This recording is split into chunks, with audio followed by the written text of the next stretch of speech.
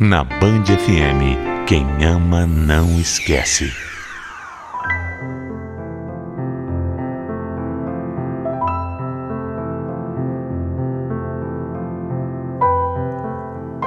O que fazer quando uma pessoa erra inúmeras vezes com você? Será que tem um limite de erro que você consegue suportar, perdoar? Ou melhor, qual é o limite de humilhações que alguém consegue aguentar? Quando eu era novinha, eu tinha uma grande amiga, a Bia. Nós éramos inseparáveis e para mim era como se ela fosse uma verdadeira irmã. E olha que eu tinha 4 irmãs de verdade, hein? A nossa amizade era tão forte, mas tão forte, que eu comecei a frequentar a igreja só por causa dela. Depois, com o tempo, eu também passei a amar aquele lugar. Eu me sentia bem de verdade, me sentia segura, feliz. E por isso eu até acabei me batizando. Por levar tudo muito a sério, eu já tinha na minha cabeça que eu queria me casar virgem. Eu e a Bia falávamos muito sobre isso e concordávamos que os nossos namorados teriam que frequentar a igreja também. Ai, gente, como eu era ingênua naquela época. Até que um dia eu conheci o Beto. Ele era bem mais velho do que eu, mas isso também não importava, porque quando eu percebi, eu já estava completamente apaixonada por ele. A gente se falou bastante por telefone, até que resolvemos nos encontrar. Eu nem acredito que a gente finalmente se encontrou. Depois de tantas conversas pelo telefone, né? Pois é. Mas olha, Beto, eu queria te fazer uma pergunta, e é uma pergunta séria. Nossa, ficou séria mesmo de uma hora para outra. Me assustou até, pode fazer. Eu quero saber se você tá pensando em, sei lá, ter uma coisa séria comigo, tipo namorar mesmo.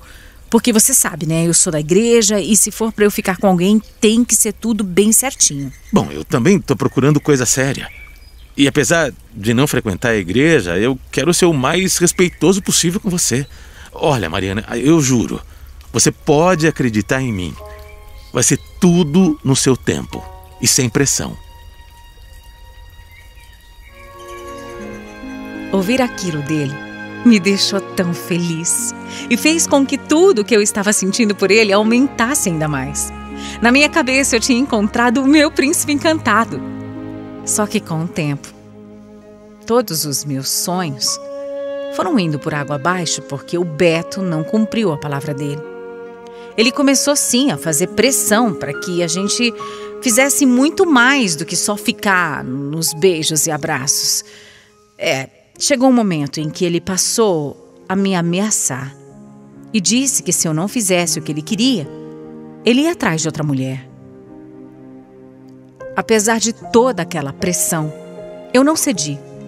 Eu não cedi porque a minha convicção e tudo aquilo que eu acreditava eram muito maiores do que a minha relação com ele. Por conta disso e também por ele nunca querer me acompanhar na igreja, o nosso namoro acabou. Logo depois de ter terminado meu namoro, eu resolvi ir para um acampamento da igreja para esfriar a cabeça e não ficar pensando o tempo todo nele. Mas quando eu voltei daquela viagem, eu descobri uma coisa que quase me fez ter um ataque do coração. O Beto tinha começado a namorar. Mas ele não tinha começado a namorar com qualquer pessoa. Não, ele tinha começado a namorar com uma das minhas irmãs, a Adriana. E eu fiquei tão chocada com aquilo, tão chocada. Não fazia o menor sentido aquilo, mas quando eu coloquei a minha irmã na parede, ela só respondeu que nunca pensou que o que eu tinha tido com ele era algo tão sério. Eu fiquei sem reação. Mas mesmo com o coração partido, eu disse que se eles queriam ficar juntos, que ficassem. Afinal, eu e ele não tínhamos mais nada, né? Aquele namoro deles nem durou muito e eu nem sei porquê. Mas o que eu sei é que, quando eles terminaram, eu cheguei à conclusão de que eu ainda gostava muito dele. Alguma coisa me dizia que a nossa história não tinha chegado ao fim, não tinha. Então eu fui até a casa dele disposta a conversar. Mas, mais uma vez, eu me choquei com as atitudes do Beto. Quando eu cheguei lá, ele já estava aos beijos com outra. E de novo, Não era uma outra qualquer, não era. Dessa vez, ele estava com a Bia, a minha melhor amiga da vida inteira. Primeiro a minha irmã e agora a minha melhor amiga. Não dava para acreditar naquilo. Eu fiquei tão brava, mas eu fiquei tão revoltada. Não sabia nem o que fazer. Mas a Bia agiu como se não fosse nada. E nem se deu o trabalho de tentar se justificar.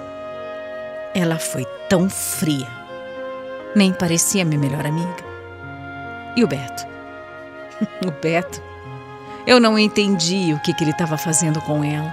Já que ele sempre chamou ela de feia, de outras coisas. Mas ele também não quis me dar satisfação nenhuma. E eu sentindo o descaso daqueles dois, eu resolvi agir da mesma forma.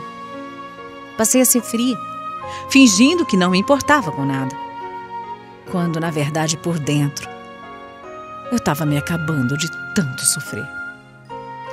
6 meses depois, a Bia parou totalmente de ir para a igreja. Ninguém entendeu o motivo, claro, mas eu sabia que era por causa do Beto. Pouco tempo depois, eles já estavam morando juntos. E apesar de não ser mais como tinha sido um dia, eu e a Bia às vezes nos falávamos quando a gente se encontrava por acaso. Em uma dessas conversas, eu não sei bem o porquê, ela me convidou para ir até a casa dela, a casa que ela estava morando com ele. E eu aceitei. Quando eu cheguei lá, eu e o Beto conversamos um monte. Mas ela não gostou nada. Ela disse que eu não estava respeitando ela e a casa dela.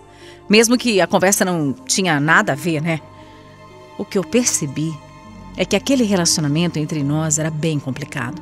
Muita coisa tinha acontecido e não dava para fingir que estava tudo bem. Conviver normalmente, sabe? Então eu decidi me afastar. Não falei com mais nenhum dos dois por mais de 3 anos. Até que um dia, depois desses anos todos, eu fiquei sabendo que eles tinham se separado. O que me disseram na época foi que, apesar de ainda estarem morando na mesma casa, não tinha mais nenhum tipo de casamento, nenhum tipo de relacionamento. Ficar sabendo disso fez o meu coração dar uma balançada daquelas. E por isso eu dei um jeito de falar com o Beto. A gente marcou um encontro. Nossa, Mariana, faz tanto tempo que a gente não se fala. Você acabou se afastando e... Ai, Beto, olha, eu achei melhor assim. A Bia ficou irritada quando eu fui lá na sua casa. Era complicado demais conviver com vocês e eu não queria confusão, entende? Eu sei. Mas olha, eu e a Bia, a gente não era a pessoa certa um pro outro. A gente só brigava. É verdade o que estão falando por aí então, né? Que vocês se separaram. É verdade sim. Eu e a Bia, a gente não tem mais nada. Você jura? Sim, claro. Mesmo morando na mesma casa e tal, você não tá mentindo pra mim? Para, Mari, por favor. Que tipo de homem você acha que eu sou? Eu nunca mentiria pra você, ainda mais uma coisa dessas. É que você já mentiu antes, né? Mas era um outro Beto. Eu era muito imaturo. Agora eu tenho mais consciência do que tá acontecendo. Tenho mais consciência dos meus atos. Eu juro que eu não tô mentindo pra você. E olha aqui. Eu e a Bia, nós só moramos juntos porque ela não aceita sair de casa. Por mim, ela já estaria fora há muito tempo. Depois dessa conversa, foi impossível resistir. Era uma coisa, sabe? Uma história mal resolvida e eu acabei me entregando pra ele. Tanto tempo depois da gente ter começado a se envolver, depois de tanta água ter rolado, aconteceu. Mas no dia seguinte, quando eu fui procurar pelo Beto, pra saber como é que a gente ia ficar, ele não me atendeu mais. Ele me ignorou totalmente.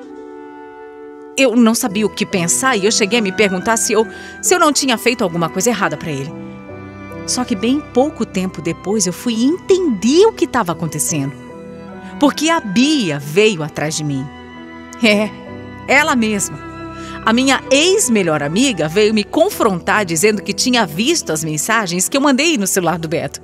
E ainda me acusou de estar destruindo a família deles. E foi aí que eu levei mais um balde de água fria. Ela me disse que estava grávida. Foi um barraco daqueles. A gente brigou tanto, mas tanto naquele dia. Foi feia a coisa. Mas pelo menos a separação dos dois era verdade. Tanto que o Beto conseguiu que ela saísse de casa logo e, em seguida, eu fui morar com ele. Depois que nós fomos morar juntos, eu passei a sonhar também em ter uma família. Em também ter um filho dele. Era o que eu mais queria nessa vida. E eu me sentia capaz de tudo isso, sabe? O meu desejo foi tão forte que poucos meses depois eu consegui. Eu engravidei do Beto. No mês que eu completei 2 meses de gestação, a Bia deu à luz a filha dela com o Beto. Quando a menina nasceu, eu confesso que eu fiquei bem enciumada. Não os ciúmes dela exatamente, mas da Bia, porque no fundo eu tinha medo que o Beto me trocasse por ela. Mas depois de alguns meses, o meu filho Luiz nasceu. E ele trouxe muita felicidade para a nossa família também. Quando o nosso filho tinha 3 anos, eu e o Beto oficializamos a nossa relação e nos casamos. Apesar de tudo que eu tinha passado para ficar com um homem que eu amava, eu não reclamava. O que importava é que depois de tudo aquilo, ele era meu. E eu era feliz demais, demais mesmo. Mas aí, infelizmente, com o passar dos anos, as coisas no meu casamento começaram a mudar e aí o Beto já não era aquele marido legal. Aliás, ele não era nada legal. Eu passei a fazer tudo sozinha em casa e ele sempre arrumava motivos para ficar me humilhando, me xingando. Ele brigava comigo por qualquer coisa. Ele me insultava, sabe? Ele me tratava que nem um lixo mesmo. Parecia que o prazer dele era me colocar para baixo. Por tudo e qualquer coisa. Um dia nós tivemos mais uma briga. Uma briga à toa, sabe? Nós estávamos indo para um aniversário e eu me atrapalhei com o endereço e aí nós fomos bater num outro lugar, no lugar errado. Não acredito nisso, Mariana. Como é que você pode errar uma coisa dessas, uma coisa fácil assim? Beto, desculpa, eu não sei o que deu em mim, me desculpa mesmo. É isso que dá eu confiar numa pessoa tão inútil como você. Eu não sei onde eu estava com a cabeça quando eu deixei você entrar na minha vida, sabia? De verdade, eu não sei. Inútil. Ele me chamou de inútil. E depois que ele falou isso, foi como se eu tivesse um estalo, sabe? Eu comecei a pensar em tudo que eu tinha passado por causa dele. Todos aqueles anos, tudo que eu aguentei. Ver ele com a minha irmã, com a minha melhor amiga, minha família, nem falava mais comigo porque ele tinha me afastado de todo mundo. E ele estava ali, me chamando de inútil. Foi exatamente nesse momento que eu decidi que eu não ia mais aguentar nenhum minuto naquela relação. Eu não ia mais abaixar a cabeça. Eu não ia mais me submeter a tudo aquilo. Era o limite para mim. No dia seguinte, eu já comecei a procurar uma casa para eu ir morar com meu filho. E quando eu perguntei para o meu filho se ele concordava com a minha separação do pai dele, ele me disse que se fosse eu, já tinha se separado há muito tempo. Até o meu filho sabia que não dava para continuar. Eu segui. Eu terminei tudo com o Beto. E hoje eu moro com o meu filho, Luiz. Eu confesso que não é fácil, porque foram anos e anos ao lado desse homem. Mas eu tenho consciência de que não existe mais nenhuma chance de voltar, porque eu não posso mais deixar que um homem, por quem eu fiz de tudo na vida, continue me tratando desse jeito. Às vezes a gente fica tão apegado a uma história que tem medo de mudar. Mas nós não podemos viver na infelicidade achando que tudo vai mudar, não. Na maioria das vezes, simplesmente não muda.